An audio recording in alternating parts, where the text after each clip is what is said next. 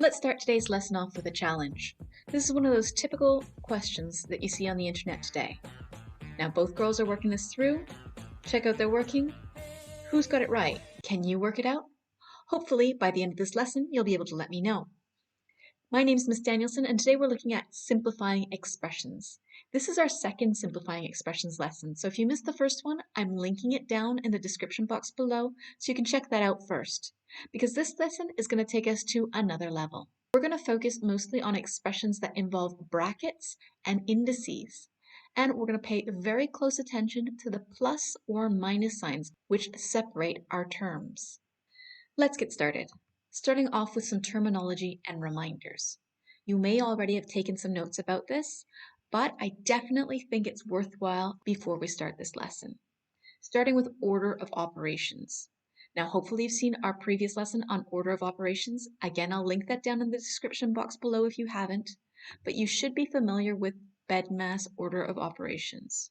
Now, whether you call it BEDMAS, BIDMAS, or BODMAS, you must know that this is the order in which we always perform our calculations. Whether we are reminded to follow order of operations or not, this is the correct order that we must follow. Variables are the letters or symbols we use in algebra to represent a value that we don't know. Often we use the letter X in different situations, but that doesn't mean that X always has the same value. The word variable comes from the word vary. The value of X may vary from one situation to another. In one calculation, X may represent one value, while in another calculation, X would represent a different value. Constants, on the other hand, are pretty straightforward. These are the numbers. Numbers have a value, and that value is constant. It never changes. So if you see a 3, you know that that 3 has a value of 3. It would never have a value of 2, for example. So constants are just number values. Coefficients are also numbers, but specifically coefficients are the numbers that you find in front of a variable in any given term. These numbers tell us how many of those variables the term represents.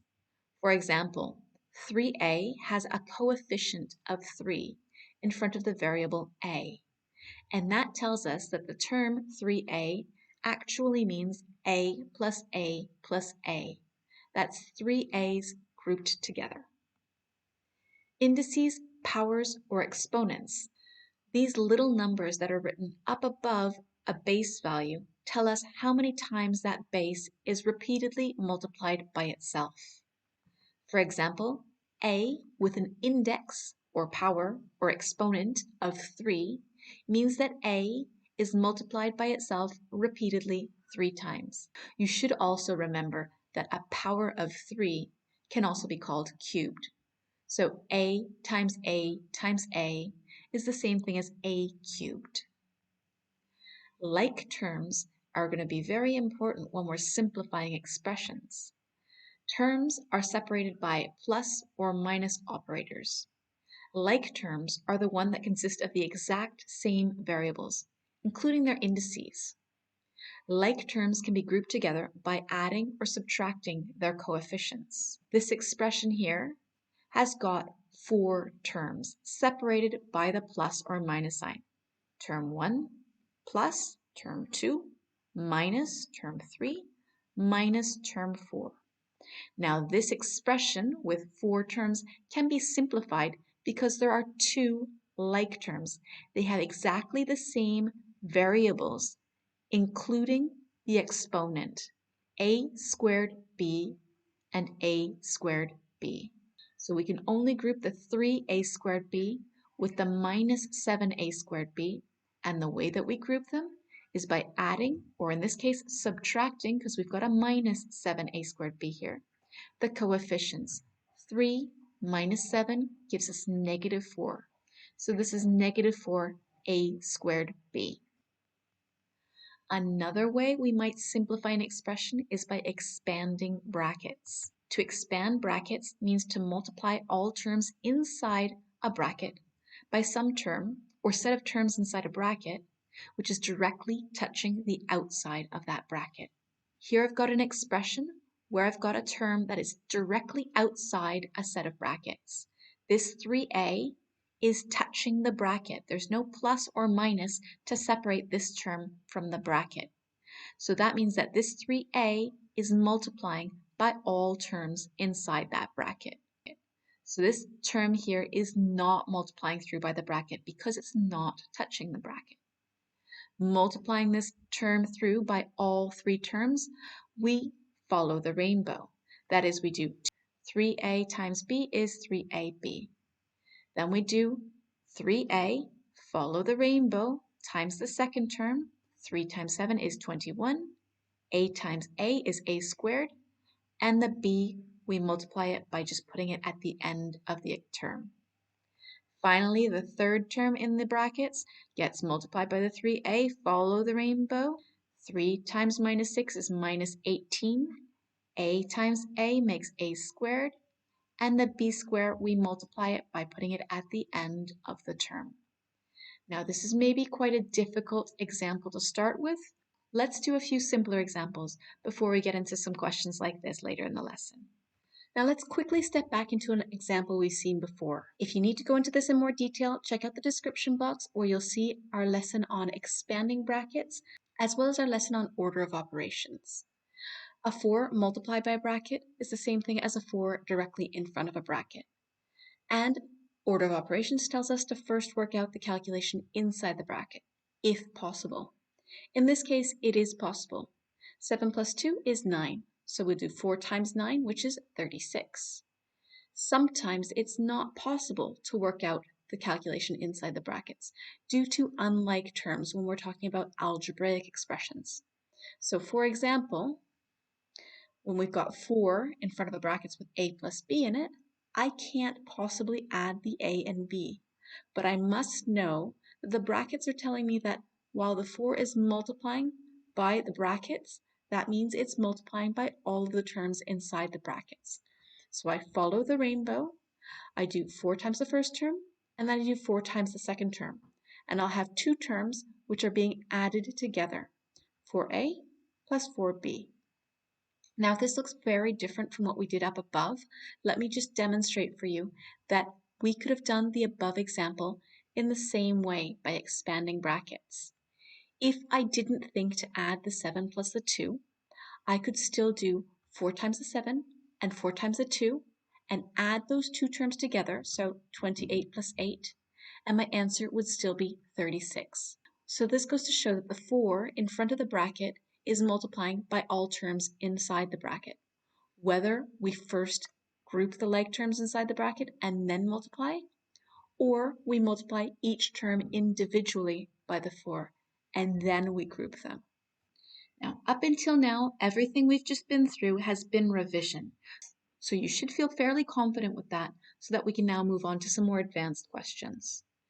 Take care with the signs. A negative term or a minus sign in front of a set of brackets will change everything. Now, we have seen this before, but we're going to take this to a slightly higher level in this lesson. In this example, I've got 3 sets of brackets. The first bracket is being multiplied by 4. The second bracket doesn't seem to have anything in front of it, but it does have a minus sign, and that will change the sign of everything inside the bracket. I am subtracting everything inside the bracket. The next bracket is multiplied by negative 8, and again, pay attention to that minus sign. That negative 8 will change the signs of everything inside the bracket. And then the last term, plus 2a, is not being multiplied by any other bracket or term. It's just being added at the end. So let's start multiplying this through. For the first bracket, 4 times 2 is 8, so that's 8a. 4 times minus 3 is minus 12. For the next bracket, that minus is affecting all terms inside the bracket, so I'm minusing the 7a, and I'm minusing the positive b, making it now negative b. If you're not familiar with integer multiplication, so multiplying positive and negative numbers, I'll link that down in the description box for you as well below. Next bracket, I'm multiplying by -8. -8 times +4 is -32. And -8 times -3, two negatives multiplied together makes a positive 24a. And finally, the 2a that we're adding on at the end of the expression. Now we are not done. We are simplifying this expression. That means grouping like terms. Before we move the terms around, remember that the plus or minus sign belongs to the term that follows it.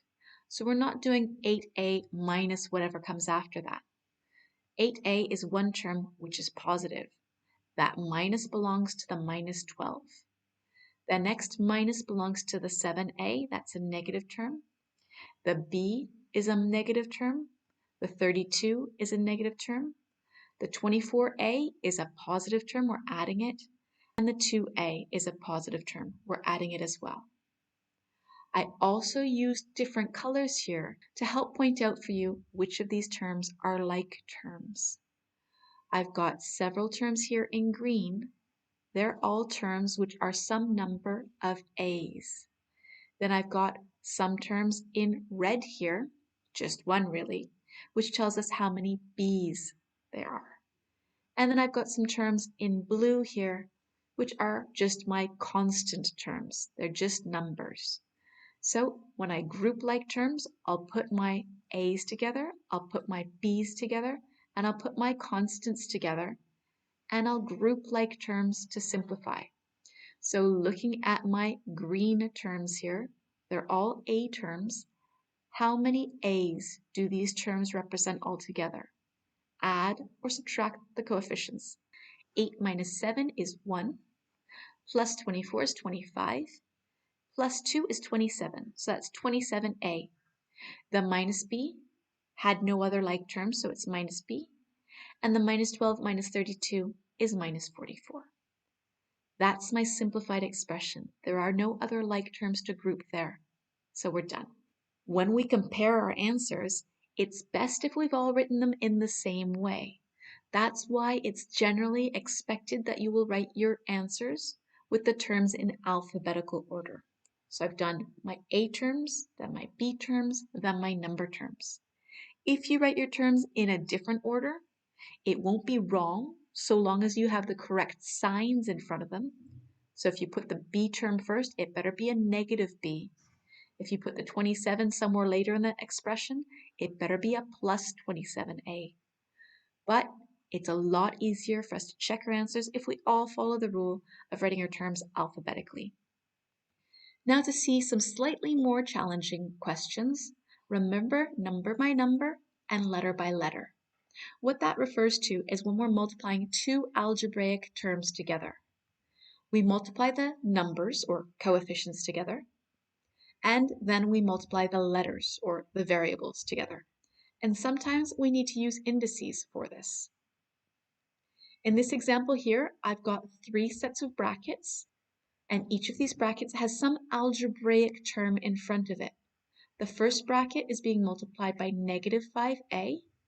The second bracket is being multiplied by positive 2ab. And the third bracket is multiplied by -ab. And then we just have the term AB subtracted off at the end of the expression. So let's go ahead and multiply this through step by step, starting with the first bracket.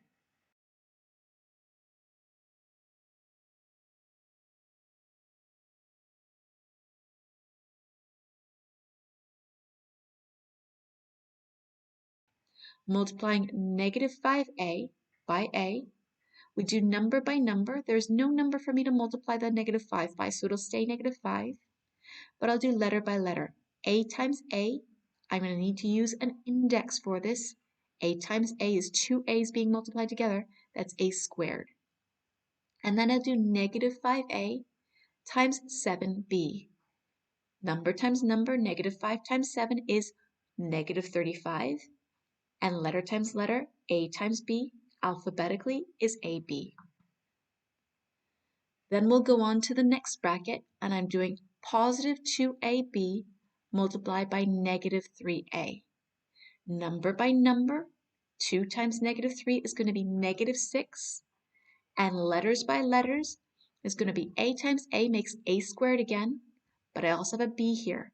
So that's going to be negative 6a squared b. And then I do 2ab multiplied by the 6. Number times number, that's 12. And AB, the letters, have no other letters to multiply by, so they will stay AB. That's 12AB. Next, I'm doing negative AB, and this is a negative term multiplying through. That sign is going to affect everything inside the brackets. Letter by letter, AB times another B. That's going to be B squared, so that's minus AB squared. And negative AB multiplied by negative 4AB. Number by number, that negative 4 multiplied by this negative is going to become positive 4. And a times a makes a squared, and b times b makes b squared. So that's negative ab squared plus 4a squared, b squared. And then, of course, we're subtracting ab at the end of this expression. Now, that was a very long expression, but of course, we can simplify it. Remember that the plus or minus sign belongs to the term that follows it. So before I start moving around my like terms to group them, let's make sure that we move them with their plus or minus sign. So the 15a squared is negative, the 35ab is negative, the 6a squared b is negative, the 12ab is positive, the ab squared is negative, the 4a squared b squared is positive, and of course, the AB we're subtracting off the end is negative. As you see, I used colors again to show you my like terms. Now, as you can see, when I put my terms in a different order, I started with the highest power of the first letter, so a squared. Then I started adding on terms which had b's as well, in increasing powers of b. So then I've got a squared b, then a squared b squared. Then I'm dropping off powers of a, so ab. Then I'm adding powers to the b, so ab squared. Now, getting your terms in alphabetical order might be a bit confusing, so like I said before, it's not so important. What's important is that your terms have the correct coefficients and the correct signs. So grouping those like terms, minus 35 plus 12 will be minus 23, minus another 1 will be minus 24. Now this will be our last example, and it may seem obvious by the title you see here, which terms are being multiplied, but this is where the trick questions come in. Remember that terms are separated by plus or minus signs, and we only multiply the term that is directly touching a bracket by the terms inside. So in this example here, be careful, because I'm sure a lot of you will see that there are 3 brackets here, and you look at the term that's touching the bracket directly in front, and here I see an A touching the bracket. So I would multiply the A through by the terms inside, right? Wrong. The term in front of the brackets here is not just A. 2 times A would be 2a. That is one term, although I've written it separately with a multiplication sign. These are not 2 separate terms. So we need to simplify this before we consider this one term being multiplied by the bracket. Here, I've got just a b multiplying through by the bracket. It's separated from this 5 with a plus sign. So the 5 is definitely not multiplying through this bracket. And here we've got a 2 in front of the bracket, but the 2 is separated from this 1 with a division, not a plus or a minus sign. So we first need to do 1 divided by 2, which is a half, and that is what we're multiplying through by this bracket.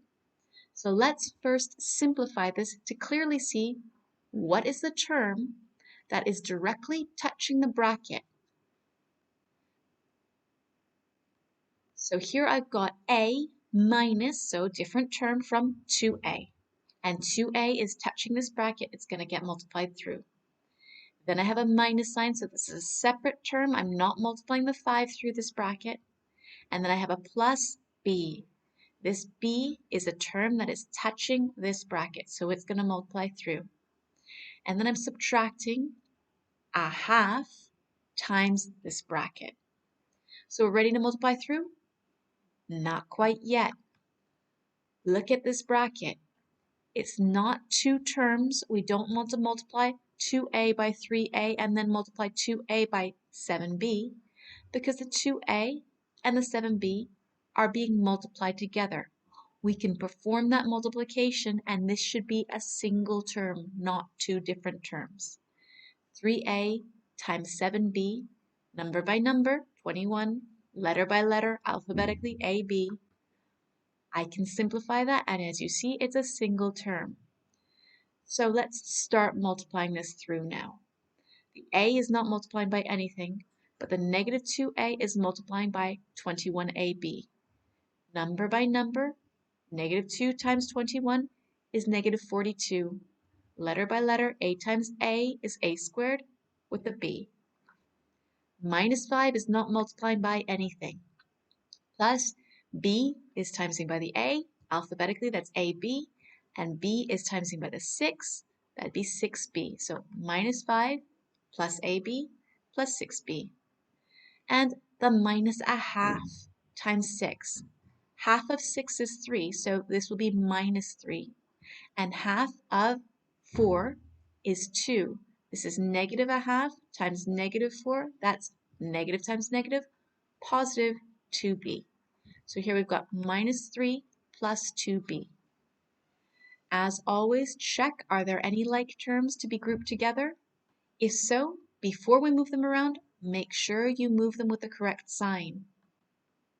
The a is positive. The 42a squared b is negative. The 5 is negative.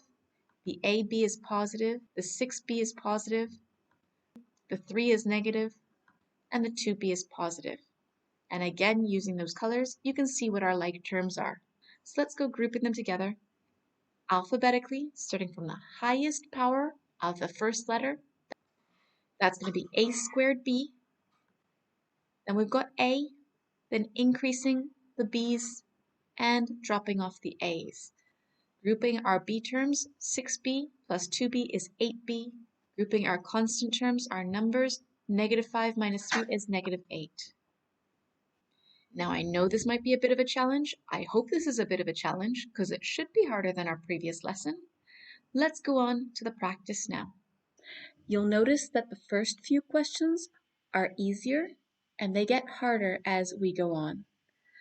Remember to keep in mind to be careful with your positive and negative signs, particularly when you see a negative in front of the bracket. Also, remember how to deal with your indices and only group like terms which are truly like terms. And watch out to make sure that these terms have been simplified before you go any further.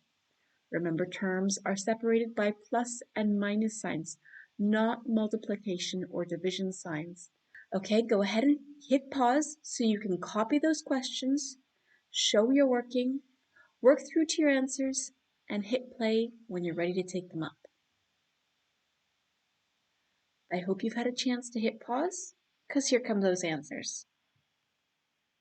For question 1a, expanding those brackets out and grouping like terms. For question 2, expanding the brackets out, the 2 is just added on at the end, it's not being multiplied by anything. And grouping like terms. Question 3, expanding those brackets out. Note the negative in front of the second bracket has changed both the signs of the terms inside that bracket. And the c is just minus dot, not multiplied by anything. Grouping like terms. Question 4, expanding brackets and grouping like terms. Question 5, shall we expand those brackets out? The first one's fine, but the second bracket could actually have been simplified. T and 3t are like terms. They can be added together to make 4t. Now don't worry if you didn't simplify that bracket before you expanded it out. If you multiplied the 7t by the t, If you multiplied the negative 7t by the t, and then the negative 7t by the 3t, you will still have ended up with two terms which do group together as like terms to make negative 28t squared. Now this still simplifies, and you should still have the same answer. Question 6, expanding these brackets out and grouping like terms.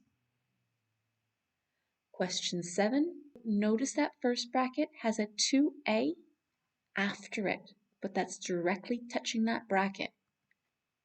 So I'll put that out front just because I know that's the way you're used to seeing it.